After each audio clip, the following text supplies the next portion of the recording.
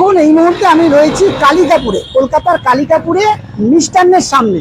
মিষ্টান্নের নাম আমি অনেক শুনেছি, আজকে আমি নিজে এসেছি মিষ্টান্নকে মিষ্টি টেস্ট করতে, অসাধারণ মিষ্টি এবং কাস্টমার ফিডব্যাক নিতে। আসুন আপনাদেরকে নিয়ে যাব মিষ্টির কত রকম সুস্বাদু স্বাদ এখানে আপনাদেরকে এই মিষ্টান্ন রেখেছে সেটা দেখানোর জন্য। আমি আস্তে আস্তে আপনাকে ভেতরে নিয়ে আসি।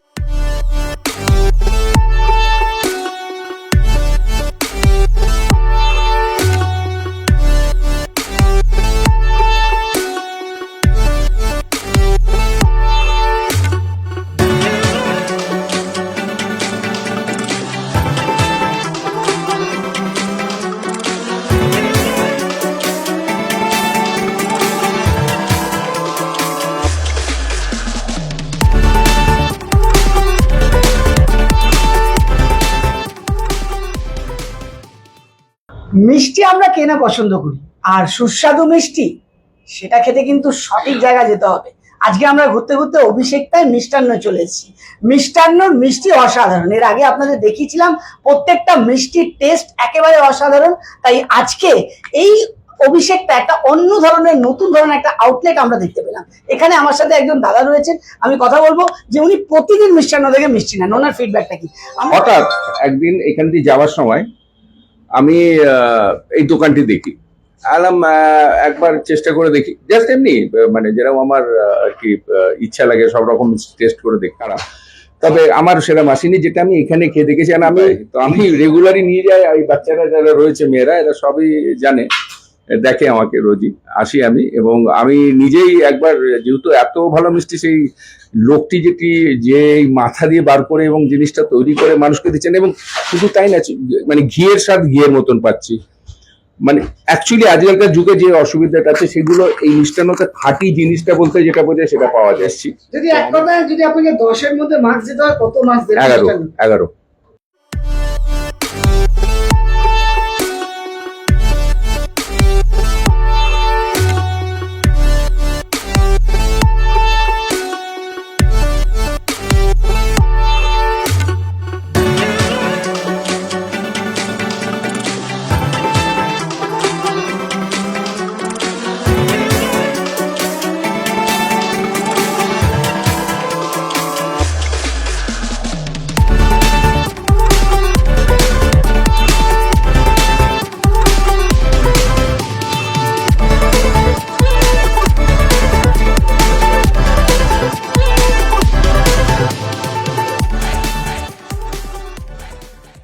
আমরা ঘুরতে ঘুরতে এই মুহূর্তে মিষ্টান্নে এসে আপনাকে পেয়ে গেছি, আপনি মিষ্টি খাচ্ছিলেন, তো আপনার ফিডব্যাকটা কি মিষ্টান্নে এসে?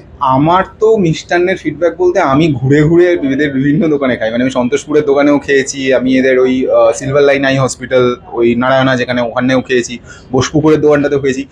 এদের অ্যাকচুয়ালি স্পেশালিটি যেটা হচ্ছে যে এদের যে ছানা পোড়াটা পাওয়া যায়, আমি কলকাতার অনেক বড় বড় মিষ্টির দোকানেও খেয়েছি, মানে যারা মানে লিগেসিতে এদের থেকে পুরনো, কিন্তু আমি কোথাও ছানা পোড়া পাইনি ফার্স্ট অফ অল, এবং সেকেন্ড অফ অল যদি বা একটা দুটো দোকানে পেয়েছি যেটা এদের শুরু করার পরে তারা শুরু করেছে, কিন্তু তাদের এদের কোয়ালিটির মধ্যে আকাশ পাতাল তফাৎ।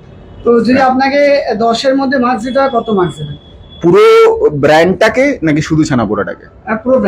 পুরো ব্র্যান্ডটাকে 10-এর মধ্যে দিতে হলে আমি দেবো 8.7। আপনার নামটা? আমার নাম ঐশিক।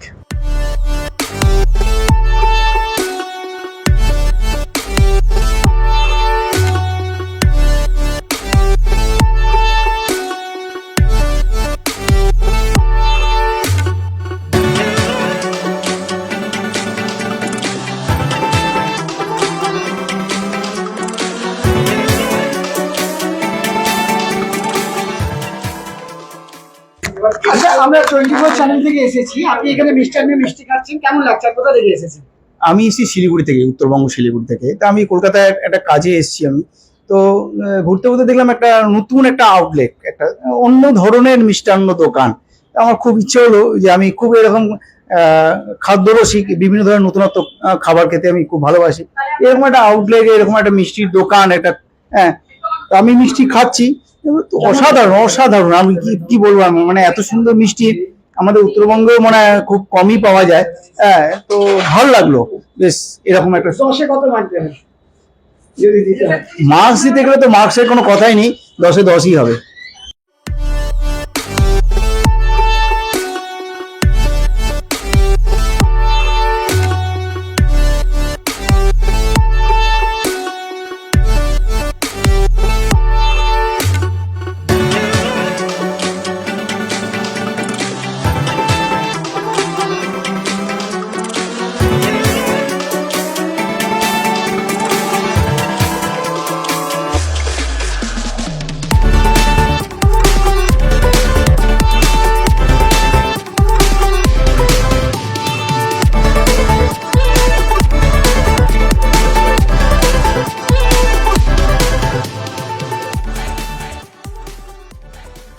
মিষ্টান্ন থেকে রেগুলার মিষ্টি নেই নাকি প্রথম? এই আউটলেটে প্রথম, কিন্তু এর আগেও নিয়েছি অন্য অন্য আউটলেট থেকে। কেমন নিয়েছি। এদের টেস্ট বা কেমন? আমার খুবই ভালো লাগে। আর যদি আপনাকে 10-এ মার্ক দিতে হয় কত দেবেন? না, আমি তো পুরোপুরি 10-এ 10 দেবো, কেন কি দেখুন, মিষ্টি ব্যাপারটা আজকাল সবাই মিষ্টি ভালো, কিন্তু সবাই যে একটু কম মিষ্টি হয়। আজকাল সেই ভীষণ মিষ্টি খাওয়ারটা নেই, মিষ্টি হবে একটু কম মিষ্টি হবে, সবারই অনেক কিছুই আছে রোগ সেই নিয়ে, কিন্তু ওই জন্য এখানকার মিষ্টিগুলো তো হার্ড মিষ্টি হয় না, খুব ভালো হয় খেতে। Thank you.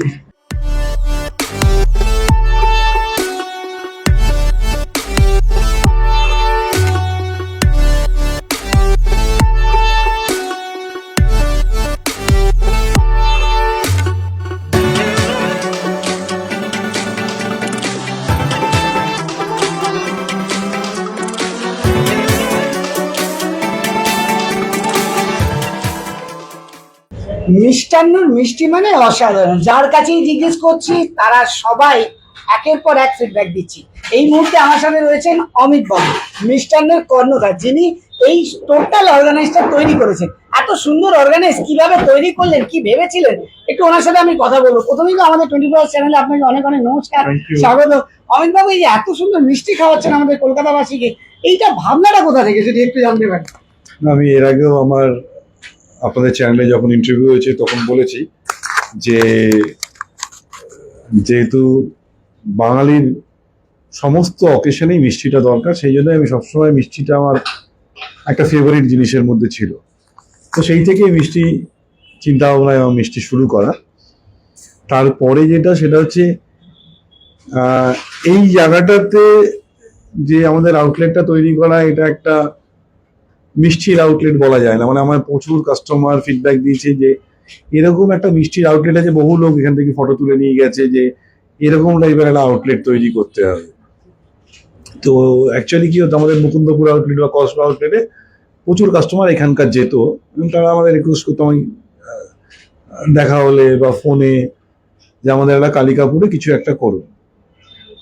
তো ঠাকুরের আশীর্বাদে এখানে একটা আমরা কাস্টমারদের যেন সুন্দর সার্ভিস দেওয়া যায়। ছোট্ট জায়গার মধ্যে একটা অসাধারণ আউটলেট, মানে এটা সচরাচর দেখা যায় না এরকম আউটলেট। তো এখানে কি অন্যান্য আউটলেটে যে আপনাদেরকে মিষ্টি পাওয়া যায় সেগুলো কি সব এখানে পাওয়া যায়?